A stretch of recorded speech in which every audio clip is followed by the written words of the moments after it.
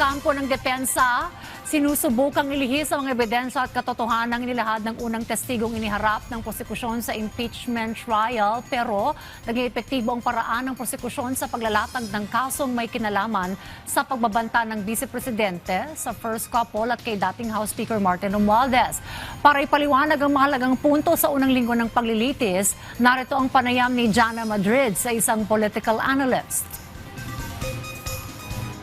Ang Article 4 sa impeachment complaint ay nakatuon sa grave threats at assassination plot na binitiwan ng Vice-Presidente laban kina Pangulong Marcos, First Lady Liza Araneta Marcos at dating House Speaker Romualdez. Sa kabila ng paglilihis ng depensa, naging matibay ang argumento ng prosekusyon tungkol dito.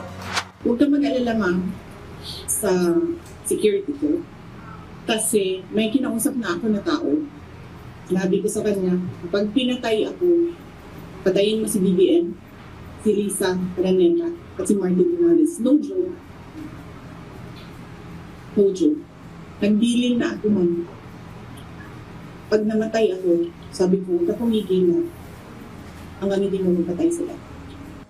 Nakausap ko ang isang political analyst na si Professor Antonio Contreras at narito ang ilang bahagi ng aking panayam.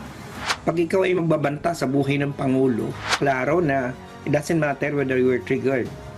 In fact, as a Vice President, you should even be more prudent to constrain yourself because you're supposed to be a top official of the land and you should not just be you're not an ordinary person who can just issue threats.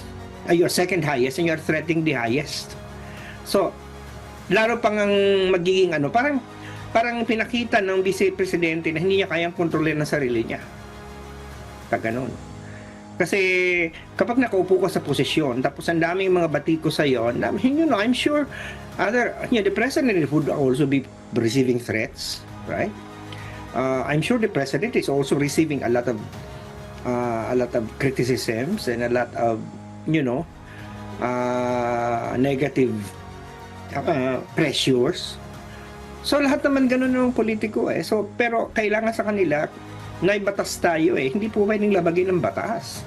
Hindi pwede magpakawala ka ng mga pagbabanta na delikado.